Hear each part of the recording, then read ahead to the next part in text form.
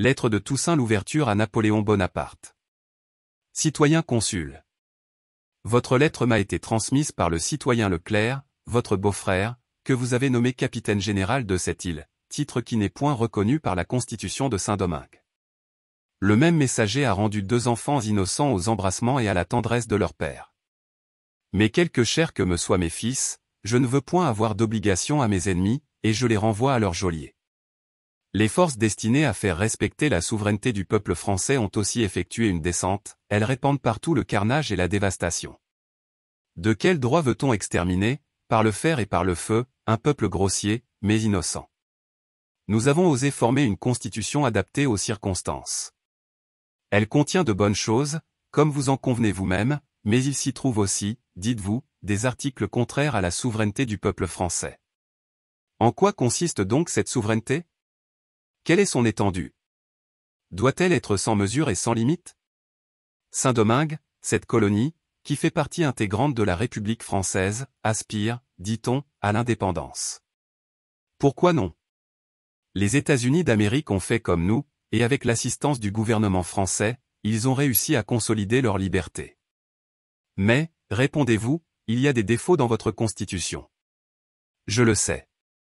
Quelle institution humaine en est exempte? Néanmoins, je suis persuadé que le système que vous avez adopté pour votre République ne peut garantir, d'une manière plus certaine, la liberté individuelle ou politique, la liberté de la presse ni les droits de l'homme. Le poste élevé que j'occupe n'est pas de mon choix, des circonstances impérieuses m'y ont placé contre mon gré. Je n'ai pas détruit la Constitution que j'avais juré de maintenir. Je vis cette malheureuse île en proie à la fureur des factieux. Ma réputation, ma couleur, me donnèrent quelque influence sur le peuple qui l'habite, et je fus, presque d'une voix unanime, appelé à l'autorité. J'ai étouffé la sédition, apaisé la révolte, rétabli la tranquillité, j'ai fait succéder le bon ordre à l'anarchie, enfin, j'ai donné au peuple la paix et une constitution. Citoyen consul, vos prétentions sont-elles fondées sur des titres plus légitimes? Si le peuple ne jouit pas ici de toute la liberté qu'on trouve sous d'autres gouvernements, il en faut chercher la cause dans sa manière de vivre, dans son ignorance et dans la barbarie inséparable de l'esclavage. Le gouvernement que j'ai établi pouvait seul convenir à des malheureux à peine affranchis du joug oppresseur, il laisse, en plusieurs endroits, prise au despotisme, nous n'en saurions disconvenir, mais la Constitution de la France, cette partie la plus éclairée de l'Europe, est-elle tout à fait exempte de ces inconvénients? Si 30 millions de Français trouvent, comme je l'entends dire, leur bonheur et leur sécurité dans la révolution du 18 Brumaire, on ne devrait pas m'envier l'amour et la confiance des pauvres noirs, mes compatriotes. La postérité décidera si nous avons été obéis par affection, par apathie ou par crainte.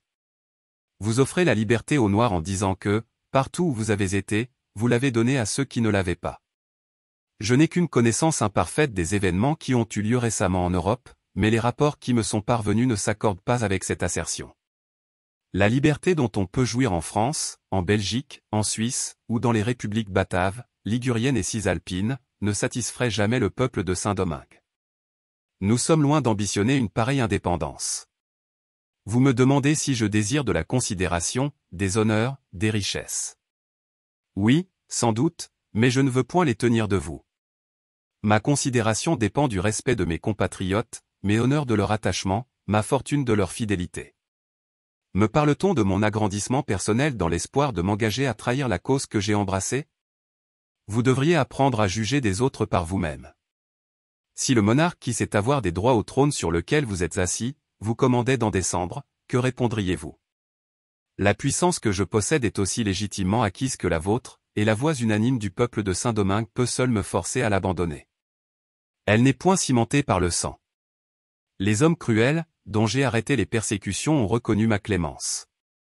Si j'ai éloigné de cette île certains esprits turbulents qui cherchaient à entretenir le feu de la guerre civile, leur crime a d'abord été constaté devant un tribunal compétent, et enfin avoué par eux-mêmes. Est-il quelqu'un d'entre eux qui puisse dire avoir été condamné sans être entendu? Cependant, ces mêmes hommes vont revenir encore une fois, ils vont déchaîner de nouveau les assassins de Cuba pour nous dévorer, et ils osent prendre le nom de chrétiens. Pourquoi vous étonnez-vous de ce que j'ai protégé la religion et le culte du Dieu créateur de toutes choses? Hélas! J'ai toujours honoré et glorifié cet être plein de douceur, dont la parole sacrée n'a que depuis peu trouvé grâce auprès de vous. C'est dans son appui que j'ai cherché ma consolation au milieu des périls, et jamais je n'ai été trompé dans mes espérances. Je suis, dites-vous, responsable devant lui et devant vous des massacres qui se commettent dans cette île infortunée, j'y consens. Que notre sort dépende de sa justice.